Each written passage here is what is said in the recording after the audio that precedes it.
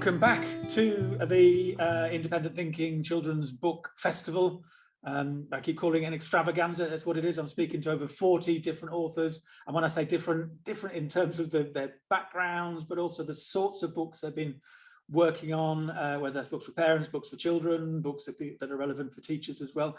And different sums up nicely the next book we're going to be looking at with its amazing author, Ellie Dix.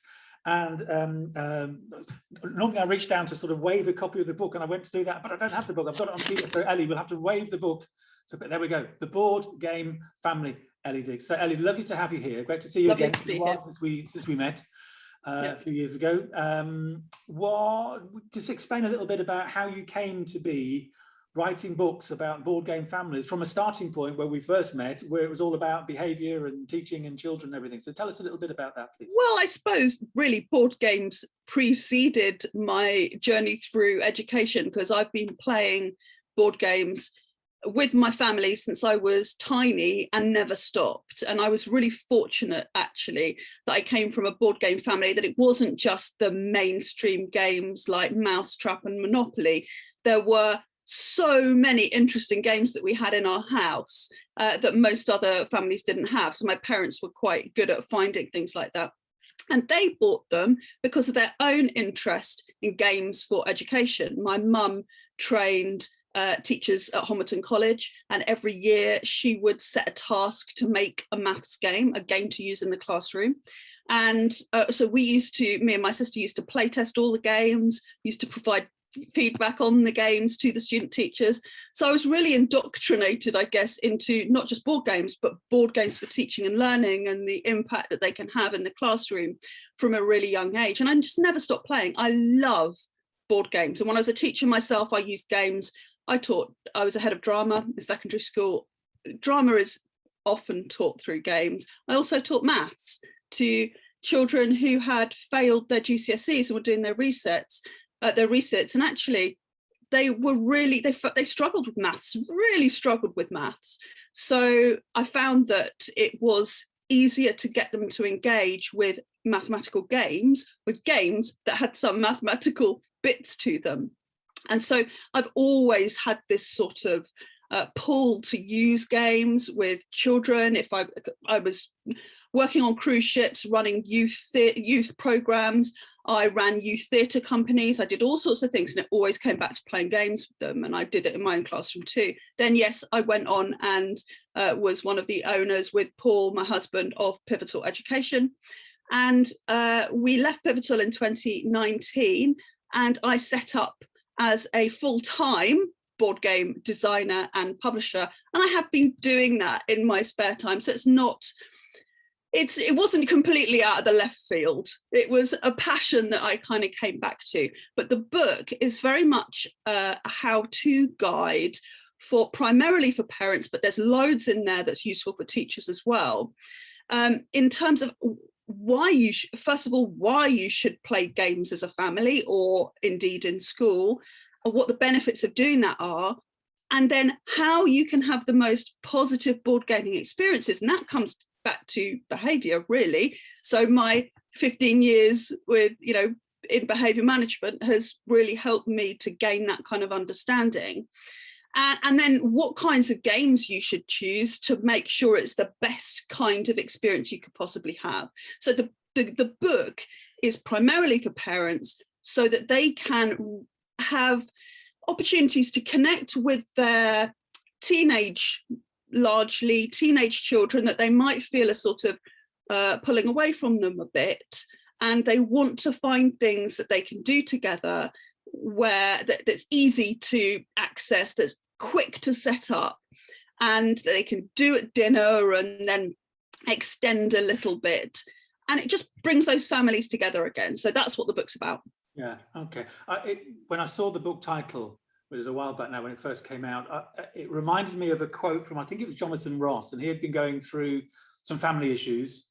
I think he had been a naughty boy, but the family had come back together again, and he said board games is what had brought his family back together again. And I think he used the phrase there, families that play together stay together. Yeah.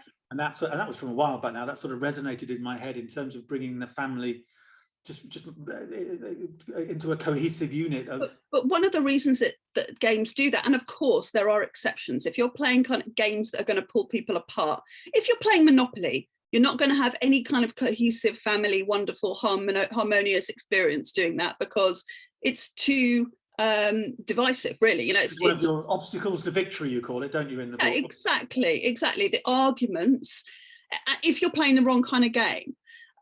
But if you select the right kind of game, then playing games does bring families closer together. You're all sitting around a table together. Your focus is on the game, but you can see each other. So you're having a joint experience. You're creating shared memories. You don't have to talk. There's no small talk. You don't need to, talk about anything else. You can talk about the game, and games are designed to give us different kinds of experiences. So if you want a kind of funny, uplifting, hilarious experience, you can pick a game that will do that for you. If you want a thinky, how do I work this out kind of puzzly experience, there are games that do that. If you want a game where you're working alongside everybody else at the family and you're working as a team to try and beat the game, there are games that do that. And so there's always going to be a game that suits your family. And I think another really interesting thing about games is that if you have children, they're brilliant for neurodiversity. And I'm thinking about, particularly children and adults who are on the autistic spectrum will very often very much gravitate towards games, because there's a set rule set, a framework, clear victory conditions. They know what they have to do. It's very repetitive in terms of how the turns work and the games work. And it's something that is expected. Then there's not kind of the pressure on them to make conversation because you're playing a game. And I think all these things it's about the focus is on the game, not on each other, that free up the conversation, allow the conversation to spark around the game and through the game. And then later on, you can come back and talk about the game. You had an experience together. You've got a bookmark that you can go back to, something that you can, that you can talk about time and time again. I mean, I still remember, most people that have played board games as a child still remember individual occasions where you played a game and something happened that you think, I mean, I remember playing Balderdash with my older brothers and sisters and the whole family. And I won't tell you what it was because it was quite rude, but somebody wrote down something and a definition to this word. And we couldn't stop laughing about it for weeks. And it's one of those stories that comes back round. And I've found that a lot of stories revolve around games, whether they're formal tabletop games or whether they're just sort of games that you've created as a family.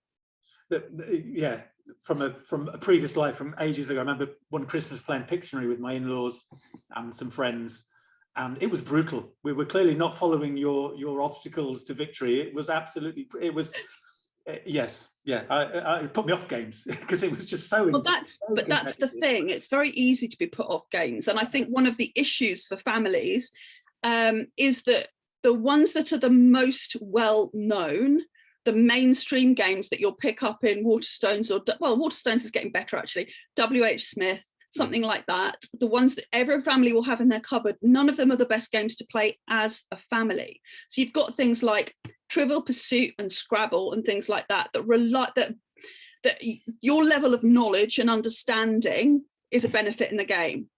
And particularly like Trivial Pursuit, where you're going to get more turns the more you know. So adults playing against children, there's nothing fair there, not even if they're playing the children's ones. It just never works. Then you've got games like Monopoly, that's just evil, basically, and someone's going to be winning the whole time, and everybody knows who's winning all the time. And you could be losing for hours and hours and hours, and you can see the writing on the wall that you're never going to come back from this situation, but it might still be 3 hours before you're out, and you might be out 3 hours before the game finishes. Well, that's not a family gaming experience. That's not something where everybody is being brought together. It's something where everybody is being pulled apart. So it's really common to find people that say, I hate board games. And it's because they've had experiences like that of playing what are quite mainstream games that aren't conducive to great family gaming or gaming in school. And really what you should be looking for are games to suit your, I mean, what works for one family is going to be totally different for another family. You know, one family might be really, really happy to have the backbiting and the backstabbing and all of that. And another family might want something very, very gentle where they're all working together. But there are games where you have no idea who's winning. Everybody's playing on their own board and there might be some interaction, but people can't see what you're doing. And the scores are revealed at the end. In fact, you could count up half an hour after the end of the game. It won't make any difference. So if you've got, and one of the biggest problems that people say is that they can't play games because their children can't cope with losing. And this is one of the best things you can do if you're in that position, is find games where it's not clear who is winning as you go through the game, and then separate game playing from scoring. Yeah, no, I like that. You're explaining to me so many reasons why I hated Monopoly.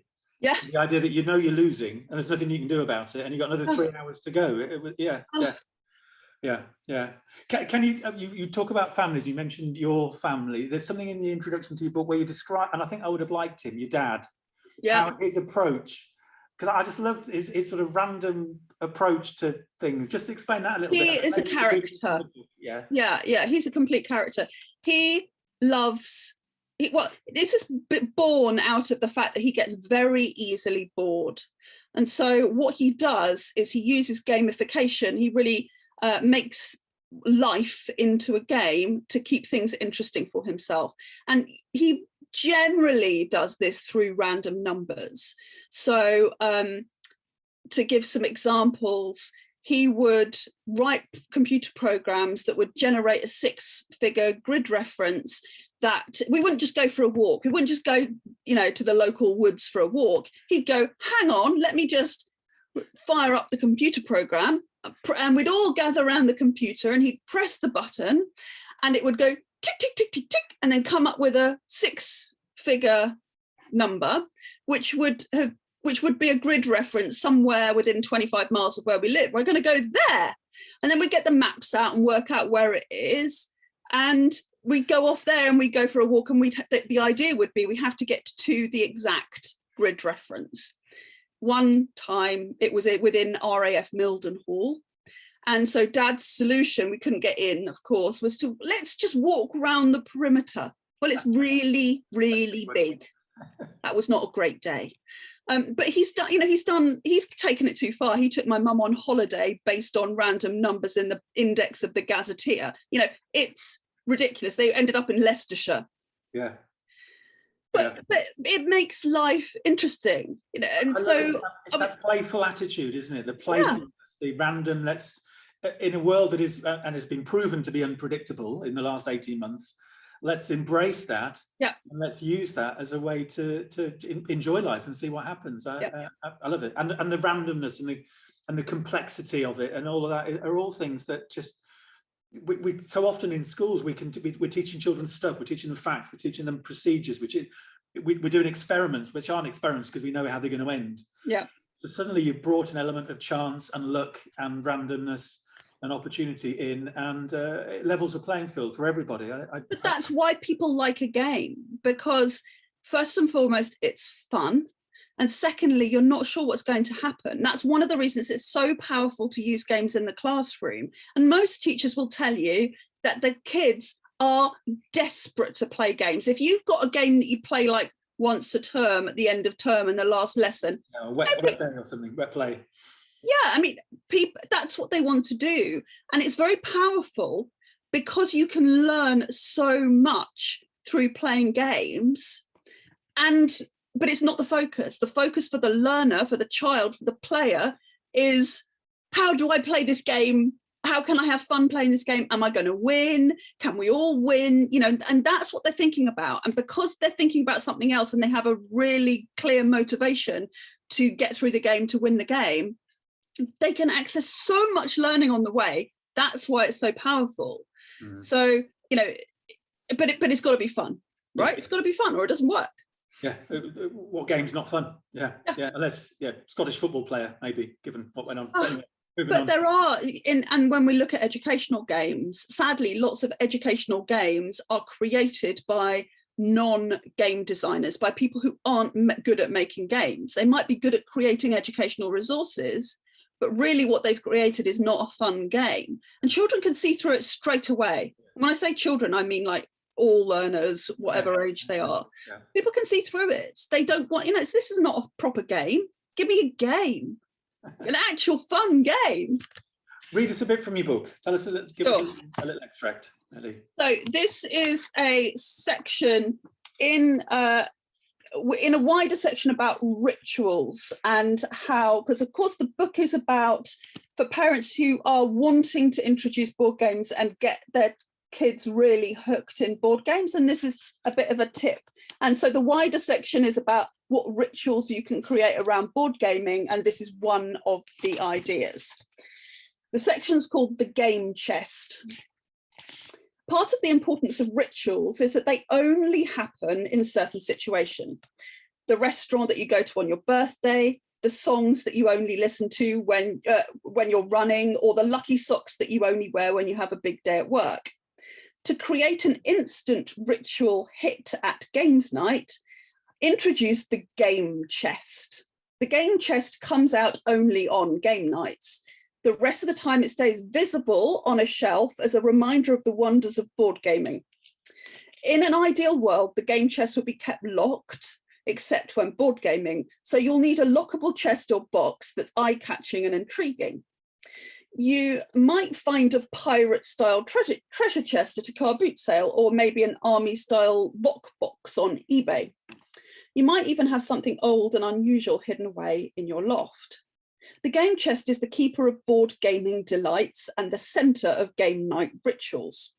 If you're feeling creative, you could even start your game night with a hunt for the key. So give the family some clues about where it might be hiding, a riddle, maybe a map of the house with X marks the spot on it, or a list of directions or instructions. But for a really quick setup, put the key in place of a common household item, the toothpaste, for example. Pick up the toothpaste and then put that in the place of something else, maybe a wooden spoon. Place the wooden spoon where you'd normally find the toilet roll and repeat as desired with other items. Then give the final item to the family for them to work backwards to find the key. And it clears itself up as a bonus. Once the key's been discovered, the chest can be opened. The items that live in the game chest are intended to make your game night special. You may have some individual game pawns that belong to each member of the family. These are the pieces that represent the player on the board of the game. So you might use things from Monopoly, for example. Purchase some miniature figures, comb Etsy for some custom meeples, go hunting in junk shops for trinkets or charms, or you could even make your own designs and send them to a 3D printer. If this sounds like too much trouble, just rate the Monopoly books and choose your favourite. Put them in a little bag and store them in the game chest. And here are some other ideas of things that could live in your game chest. Your game night mascot to sit on the table and watch the game. A game master's hat as a signifier of this really important role. An official scorebook for keeping track of your plays. A game night journal for documenting the meta game, which I haven't got time to explain to you what it means. Read the book. Read the book. A visitor book to collect comments and signatures from non-regulars at game night. A selection of game pawns for visitors so they feel like they're included. Dice, playing cards, poker chips and dominoes, all of your classic board gaming staples. Dice shakers, dice trays, a dice tower to improve all your dice rolling experience. Dry white pens to write on laminated score sheets, a calculator for tricky maths, spare timers in case you want to impose a turn-taking time limit, a game mat, a surprise, something unexpected. We have a tin of sardines in ours, although I've no idea why. Put all of the items for your own game night rituals in the chest. The chest is a focal point that builds excitement and anticipation. Even when it's not in use, make sure it lives in a place that's in full view. It's worth putting some time and effort into it, as the game chest will most probably go down in family legend.